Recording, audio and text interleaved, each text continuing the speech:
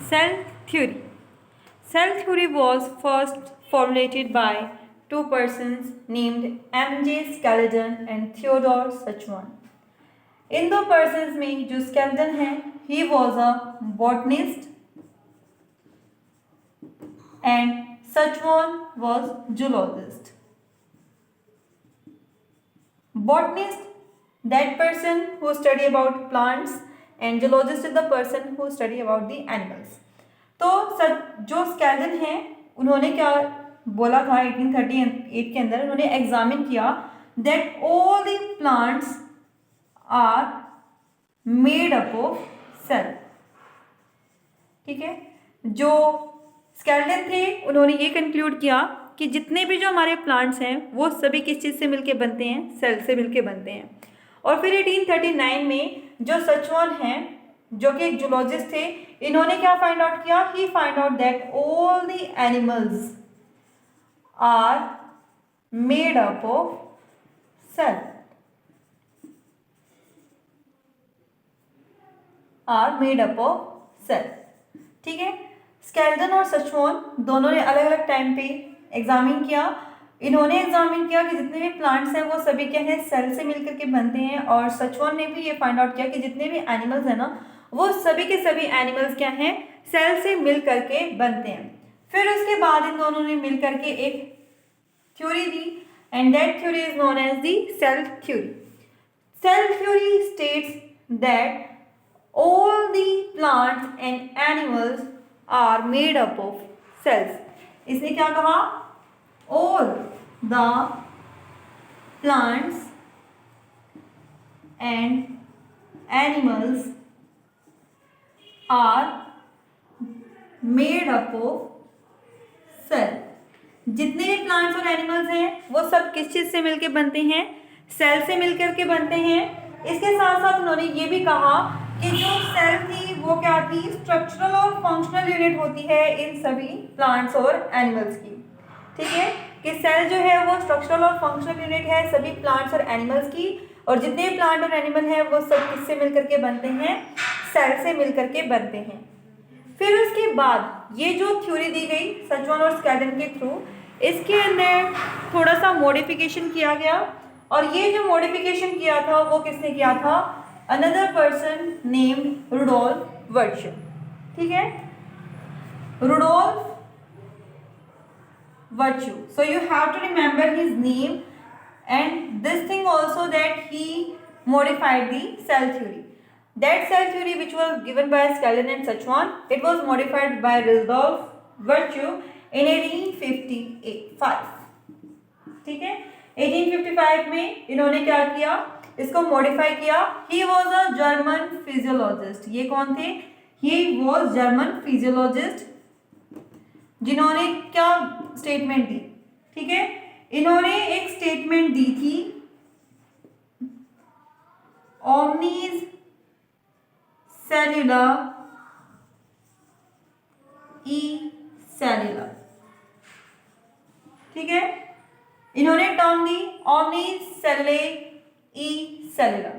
ठीक है, अब ये जो टर्म थी जो इन्होंने दी, इस टर्म का मतलब क्या था, that all the new sales. ठीक है, जितनी भी न्यू सेल्स होती हैं, इसका मतलब था new cells arise from pre existing cells. ठीक है, जो ये स्टेटमेंट दी इन्होंने ओमनी सेल्यूलई ई सेल्यूलई, it means that all new cells arise from the pre existing cell. यानी कि जो भी नई सेल बनती है वो अपने से पहले जो सेल एग्जिस्टेंस में थी उसी से क्या होगी, फॉर्म होगी. ठीक है, हर एक जो नई सेल होती है वो अपने से पहले जो सेल एग्जिस्टेंस में थी उसी से बनती है, और वही क्या करती है, न्यू जो सेल्स होती हैं उसको फॉर्म करती है. सो ये जो मॉडिफिकेशन था ये दिया था रुडोल्फ वर्चो ने. उसके बाद आज के टाइम पे जैसे जैसे रिसर्च होती गई, ठीक है, वैसे वैसे क्या है, जो हमारी सेल थ्योरी थी, जो ओल्ड सेल थ्योरी थी, जो मैंने आपके 2 पॉइंट्स बताए हैं वो हमारी ओल्ड सेल थ्योरी में थे. अब हमारी जो सेल थ्योरी है वो क्या है, मॉडर्न हो चुकी है. ठीक है, तो जो पहले के हमारे मेन पॉइंट्स थे उनको लिखते हैं और फिर उसके बाद हम एक दो पॉइंट्स और देखते हैं जो कि हमारी जो मॉडर्न सेल थ्योरी है उसके अंदर आते हैं। फर्स्ट एंड फॉरमोस्ट हमने क्या कहा, that cell is the structural and functional unit of life. एक पॉइंट तो हमने ये किया कि सेल जो है वो स्ट्रक्चरल और फंक्शनल यूनिट है हमारी लाइफ का।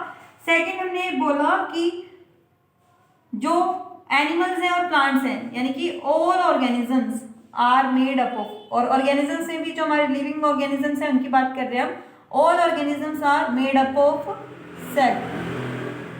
जितने भी ऑर्गेनिजम्स हैं वो सब किससे मिलके बने हैं, हमारे सेल से मिलकर के बने हैं। न्यू सेल्स जो होती हैं arise from pre existing cell, जो पहले से एग्जिस्टेंस में सेल थी उसी से क्या होती है, फॉर्म होती है। एक सेल होती है उसके अंदर एबिलिटी होती है वो डिवाइड करके दो नई सेल्स को फॉर्म करेगी, फिर ये जो सेल्स होंगी ये और नई सेल्स को फॉर्म कर देंगी, फिर ये फर्दर डिवाइड होकर के और न्यू सेल्स को एडअप करेंगी, और ये जो प्रोसेस है वो क्या होती है, कॉन्टिन्यूटी में इसी तरीके से चलती रहती है।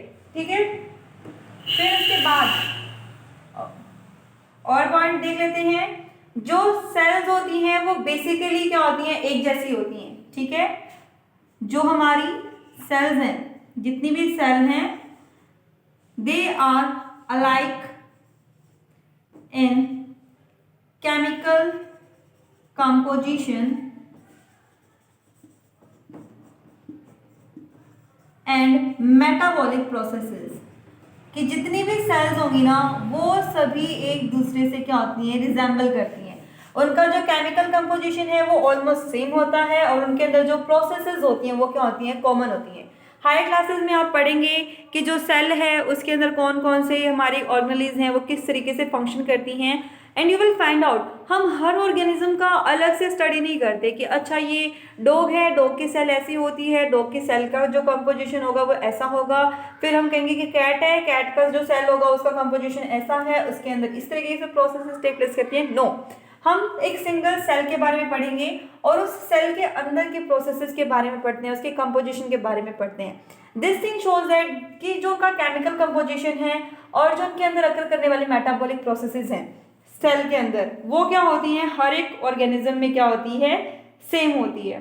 ठीक है, और जो फंक्शन होता है, क्योंकि हमने कहा ना फंक्शनल यूनिट है, तो जो फंक्शन होते हैं किसी भी ऑर्गेनिज्म के वो क्या होते हैं, आउटकम होते हैं of the combined activity of the interacting cell. जो उसके अंदर इंटरेक्टिंग सेल्स होती हैं उनके कंबाइंड फंक्शन ही होते हैं। So this was all about the cell theory. Hope you understood the topic. See you all in the next class. Till then bye, have a nice day.